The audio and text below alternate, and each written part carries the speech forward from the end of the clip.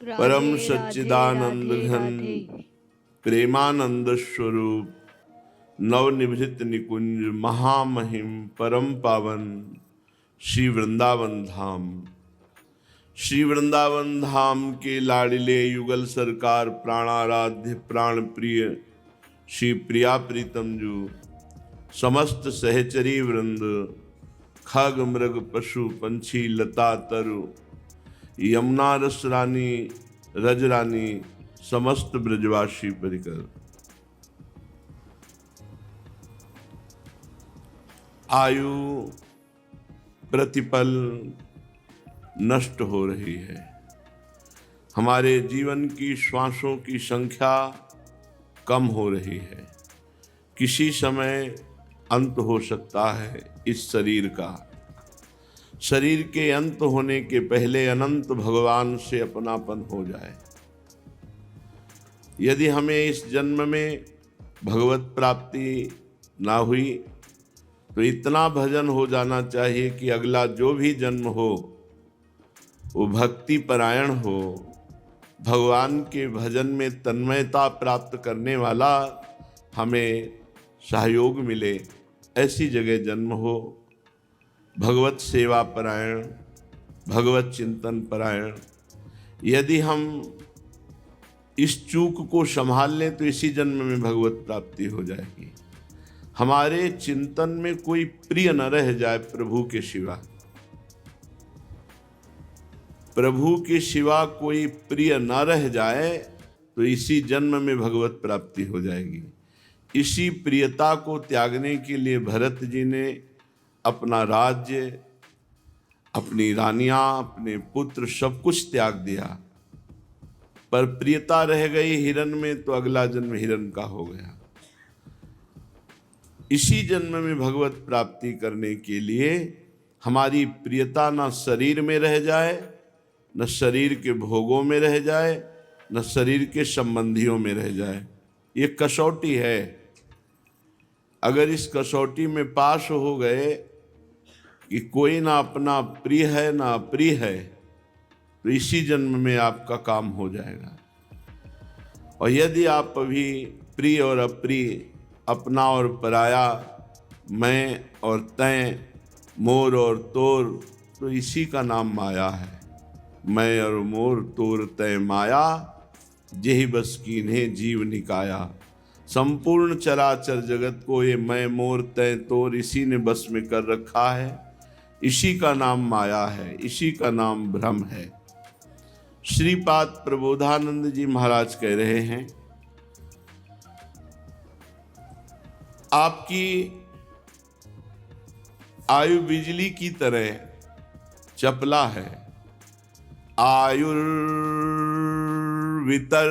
चपला चपलायमानम, स्त्री पुत्र वित्त भवनाद्यमसन्निरूप्य, राधांक भूषण मन्य वशम विमृश्य, वृंदावनम सह हृदयानुसरन्ति धन्याः।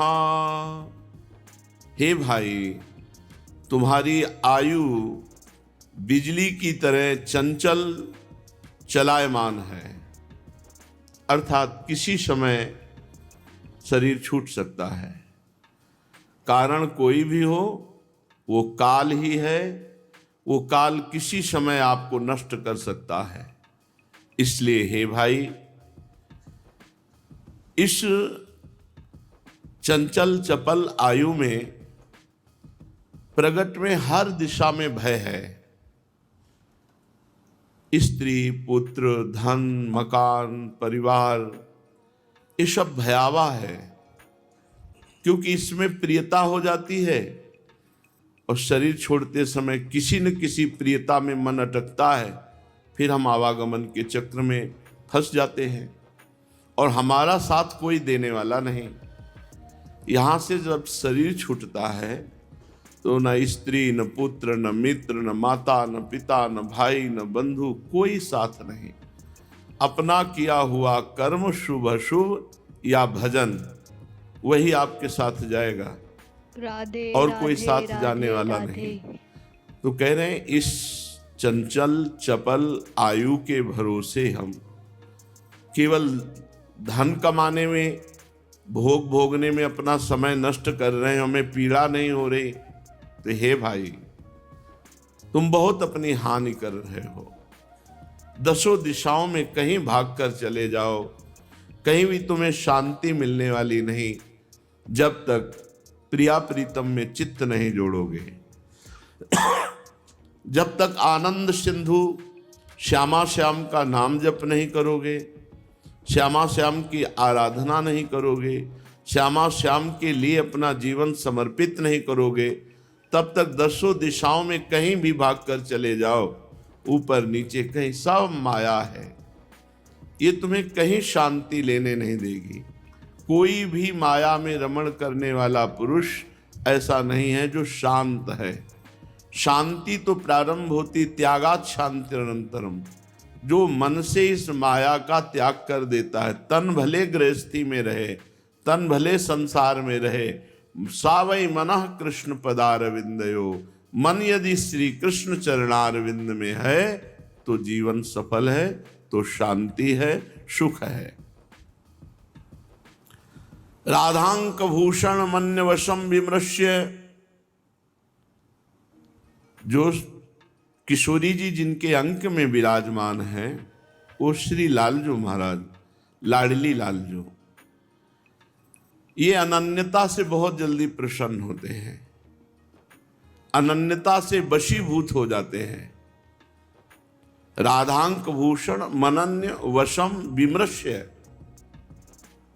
यदि और सब आश्रय छोड़ दो, केवल इनके भरोसे हो जाओ, इनके आश्रित हो जाओ, तो करोड़ों कर्मकांडी और करोड़ों जितेंद्री उस राधा श्याम सुंदर की अनन्यता करने वाले की बराबरी नहीं कर सकते, यद्यपि वो विषयी है। ये बड़े रहस्य की बात है। यद्यपि भक्त अनन्य जो विषय इंद्रियन बस होए, कर्मठ कोटि जितेंद्रियन ते समलाहे न कोई। करोड़ों जितेंद्री, करोड़ों कर्मकांडी उस महान अनन्य भक्ति की समानता नहीं कर सकते, यद्यपि वो अभी विषयी है, वो विषयों से परास्त हो रहा है, पर वो श्यामा श्याम का अनन्य है, तो करोड़ों जितेंद्रिय, करोड़ों कर्मकांडी उसकी समानता नहीं कर सकते। यहाँ जो गलवहियाँ दी हुई प्रिया प्रीतम वृंदावन में विहरण कर रहे हैं, इनका जो अनन्य भाव से आश्रय ले लेता है, उसकी समानता कोई नहीं कर सकता। नेत्रांबुजम गगनम मंडल मास पश्चात, जैसे खुला आकाश को देख सकते हो, ऐसे ही आप प्रिया प्रीतम को देख सकते हो। इन्हीन नयनन सब सुख देखे, अपनो जन्म सुफल कर लेखे। कई बार चर्चा हुई है, हृदय में प्रेम नेत्र प्रकाशित होते हैं, बुद्धि में ज्ञान नेत्र प्रकाशित होते हैं, और ये त्रिगुणात्मिका प्रकृति जनित दृश्य देख सके, इनमें क्षमता केवल इतनी है। पर जब हृदय के नेत्र खुलते हैं तो इन्हीं नेत्रों में प्रकाश होता है। तो इन्हीं नयनन सब सुख देखें, जैसे खुले आकाश को आप देख रहे हैं बिना विघ्न के, ऐसे ही बिना किसी बाधा के श्री राधा लाल का दर्शन कर सकते हैं, राधा वल्लभ लाल का दर्शन कर सकते हैं। उसके लिए आपको अनन्यता की आवश्यकता है। ये अनन्यता से वशीभूत होते हैं। वृंदावनम सह हृदानुसरन्ति धन्याः, जो वृंदावन का आश्रय ले लेते हैं तो वृंदावन रसिक अनन्यों का संग करा करके उसे अनन्य बना देता है, और वो धन्याः, वो धन्य हो जाता है। धन्य धन्य धन्य तेई जे इनके उपास्य हैं। श्यामा श्याम के जो अनन्य उपासक हैं वही धन्य है, धन्य है, धन्य है। पर ये धन्य धन्य का सौभाग्य तभी मिलता है जब रसिक अनन्य मिल जाए।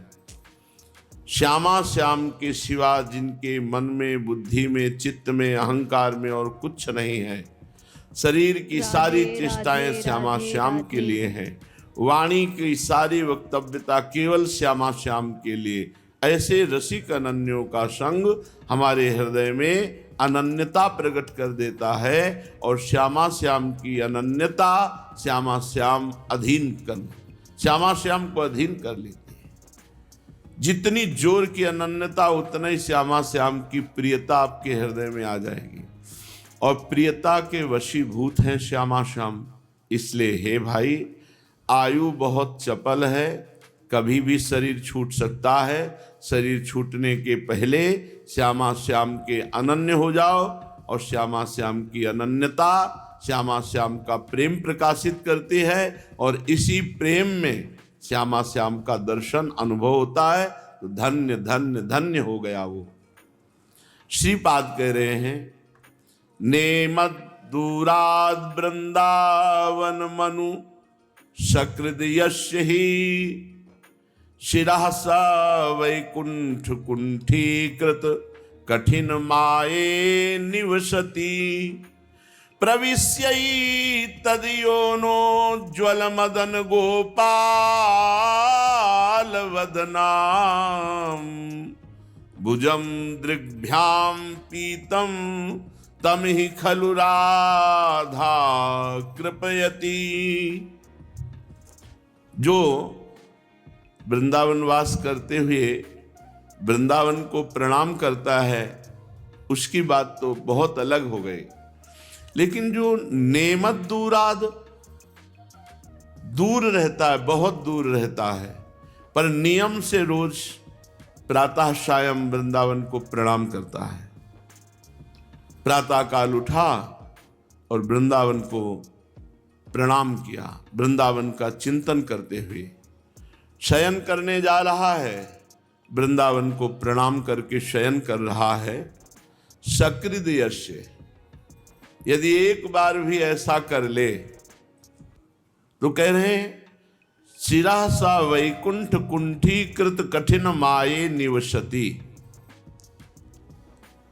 जिस वैकुंठ में प्रवेश पाना बहुत कठिन है, यदि वो चाहे तो इस दुरंत माया पर विजय प्राप्त करके भगवान वैकुंठनाथ के वैकुंठ लोक को प्राप्त हो सकता है, केवल वृंदावन को प्रणाम करने मात्र से। दूराद, जहां दूर में वास कर रहा है वहीं से रोज वृंदावन को एक बार ही सही, ना 2 बार सही, तो एक बार ही रोज जो प्रणाम करता है तो कह रहे हैं उस वो कठिन माया पर विजय प्राप्त करके शिरः सा वैकुंठ कुंठीकृत कठिन माये निवसति।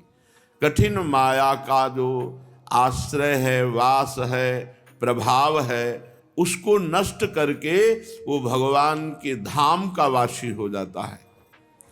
और जो प्रविश्यै तदयेनोज्ज्वल मदन गोपाल वदना, यदि कहीं वो वृंदावन में आ गया है और वृंदावन वास कर रहा है तो बोले अब वृंदावन वास के प्रभाव से उसे राधा कृपा कटाक्ष प्राप्त होगा। राधा कृपयति, और जहां राधा कृपा हुई तो राधा मदन गोपाल का वो साक्षात्कार कर लेगा। राधा कृपा क्या है? कहो कृपा उपजय के भांति।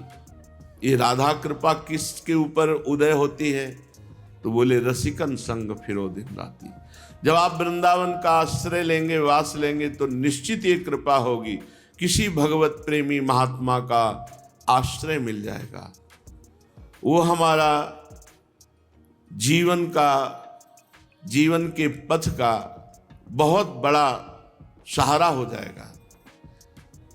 बिल्कुल निर्भय रहते हैं, निश्चिंत रहते हैं। जब किसी महापुरुष का आश्रय हो जाता है तो जैसे नौका में बैठने वाला निर्भय निश्चिंत होकर के दरिया को पार कर लेता है, ऐसे ही जब रसिक महापुरुषों के चरणों का भरोसा करके हम निश्चिंत हो जाते हैं तो हम इस भव समुद्र को पार कर जाते हैं। लेकिन महापुरुषों के संग का मतलब उनकी आज्ञा का पालन करना है।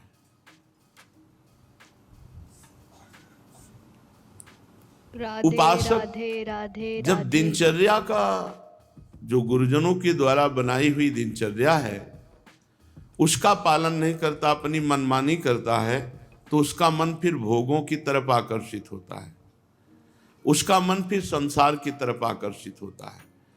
और निश्चित मानो यदि आप दिनचर्या में रहोगे, एक दिन सदगुरुदेव भगवान बहुत मस्ती में थे और कहा, सुनो, अरे जैसे विशाल वट वृक्ष की छाया में बैठने वाले को कभी धूप नहीं लग सकती, ऐसे गुरु चरणों का आश्रय लेने वाले को कभी माया प्रपंच नहीं बाधित कर सकता।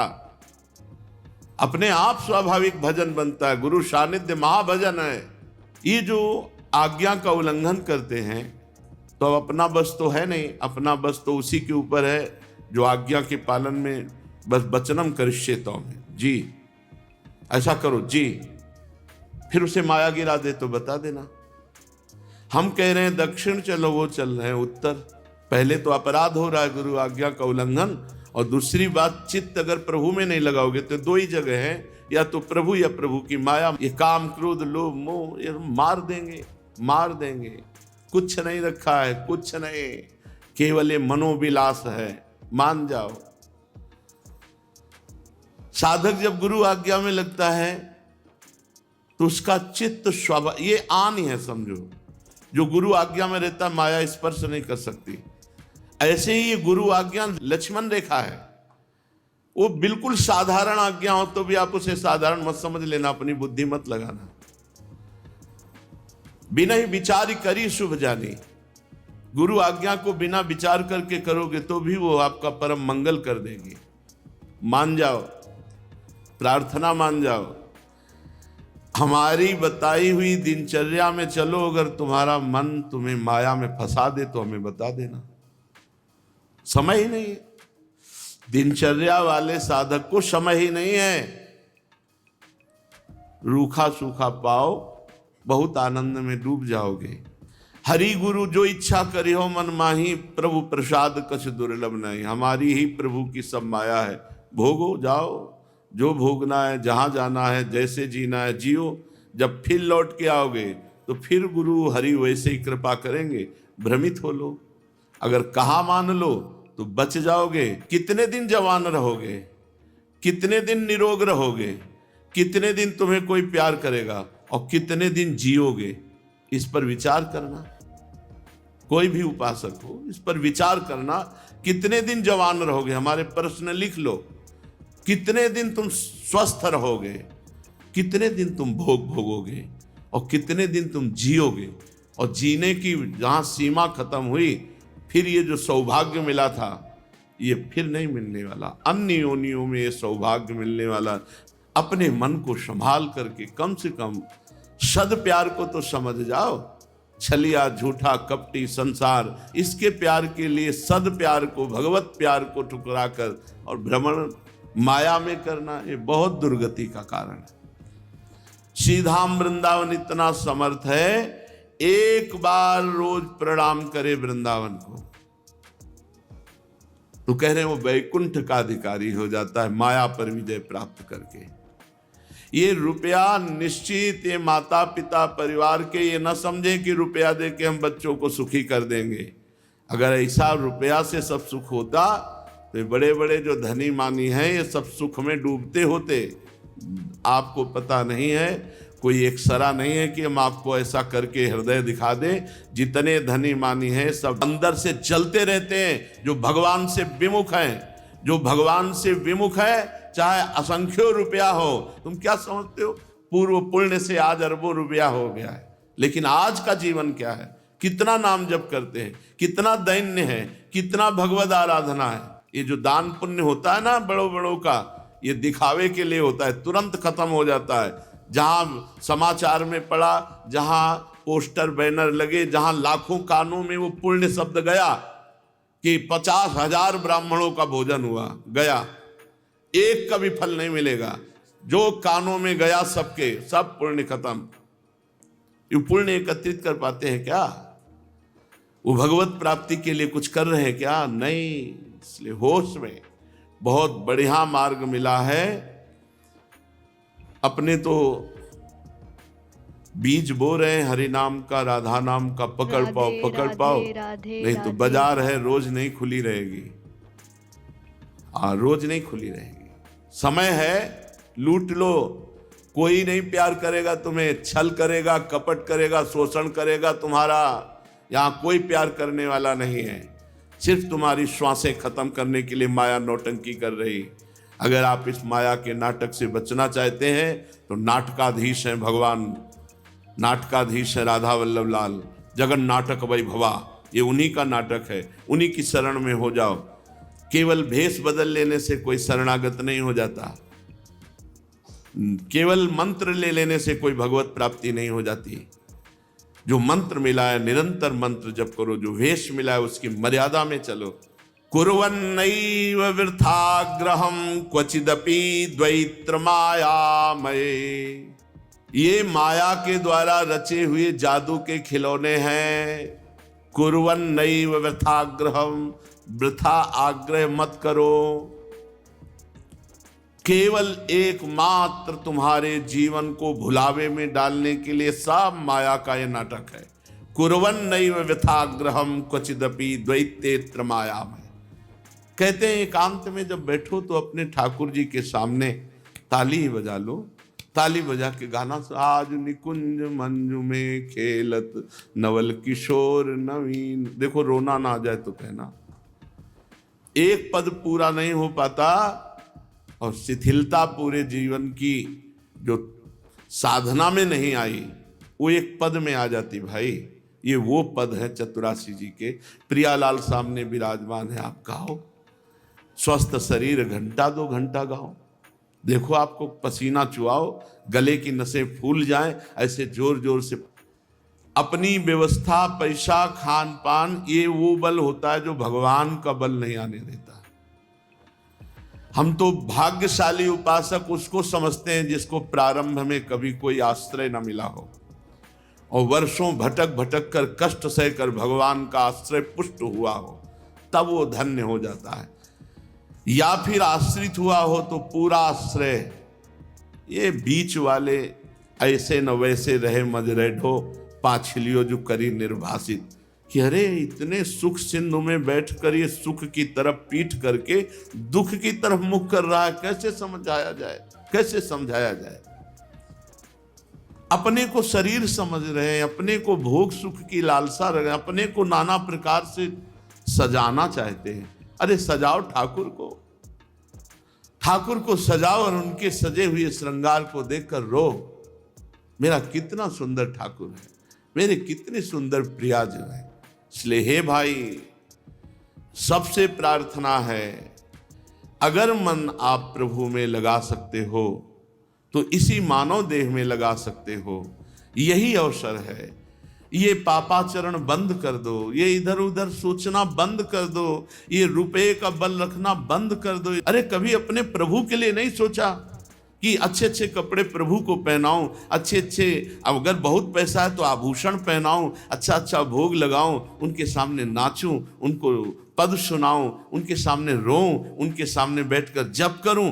ये नहीं समझ में आता, कैसे समझावे। अच्छा, समझाने वाले भी कोई सच्चिदानंद तो है नहीं। आज शरीर है, कल नहीं रहेगा। अभी आज समझा रहे तो समझ लो, कल फिर तुम्हारे जो मन में आवे सो करना। खुद भोगोगे और अपने आप रो करके भगवान को पुकारोगे। आज हम कह रहे हैं तो समझ में नहीं आ रहा। कुर्वन्नैव वृथाग्रहं क्वचिदपि द्वैतेत्र मायामय। सौभाग्य समझो जिन साधकों के माता पिता उनको परमार्थ में चलाने के लिए उत्साह दे रहे हैं, हम उनको प्रणाम करते हैं। सौभाग्य समझो। नहीं तो देखो हिरण्यकश्यप काट के फेंक देने के लिए तैयार है प्रहलाद के लिए, केवल भगवान की भक्ति के लिए। कितने ऐसे माता पिता हैं कि जो पुत्र, अगर पुत्र पुत्री भगवान के मार्ग में चले तो पूरा विरोध करके। सौभाग्य है कि वो माता पिता को प्रणाम है, धन्य है वो जो तुम्हें सतमार्ग में लगाने के लिए कोशिश करे। अब माता पिता तो इतना ही कर सकते हैं, तुम्हारी वास व्यवस्था, तुम्हारे के लिए रुपये की व्यवस्था, खान पान की व्यवस्था, चलना तो तुम्हें है ना। अगर तुम स्वयं नहीं चलना चाहते तो ब्रह्मा भी नहीं चला सकते तुम्हें। इसलिए साधक को स्वयं निर्णय लेना होगा। हमें भगवान ने जो मार्ग दिया है, चाहे गृहस्थ साधक हो चाहे विरक्त साधक हो, ये मुक्त होने के लिए दिया है, फंसने के लिए नहीं। वो जानबूझकर फंसना चाहता है साधक। स्वस्यात्यंत सुख दुखतोपि जनयन कश्यापि नैवा प्रियम। भाई, इस संसार में झूठा सुख मिलता है और दुख मिलता है। झूठा सुख, केवल कामनाएं फंसाती कामनाएं। यहां बैठने मात्र से भगवत प्राप्ति हो जाएगी। हमारे वचन लिख लो। अगर हमने दिनचर्या दी है, उस दिनचर्या के अनुसार आप यहां उपस्थित रहते हैं तो भगवत प्राप्ति निश्चित है, क्योंकि बैठने की पेमेंट मिलेगी। जैसे तुम्हें हम काम में बुला ले और शाम तक काम ना दें, इसके बाद शाम के आपसे कहें जाओ, तो आपका अधिकार बन जाता है कि आप हमारे पैसे दीजिए। बोले किस बात के पैसे? बोले हमको बुला के बैठालने के। आप बैठा लो या काम करो। आपने हमको बुला, किसी लेबर को लेवा लाओ और शाम तक कोई काम ना लो, तो आपको पेमेंट देना पड़ेगा कि नहीं देना पड़ेगा? तो ऐसे ही आपको श्री जी ने बुलाया, आप गुरु स्वरूप श्री जी की आज्ञा पर हो, तो आपको निश्चित भगवत प्राप्ति होगी। उसकी पेमेंट होगी भगवत प्राप्ति। बिना किसी कारण के भगवत प्राप्ति हो जाएगी। अकारण अहेतु की कृपालु इष्ट और गुरु। यहां जो सुख तुम्हें लग रहा है ना, जिसे तुम सुख समझते हो, ये सुख नहीं, सुख की छाया है।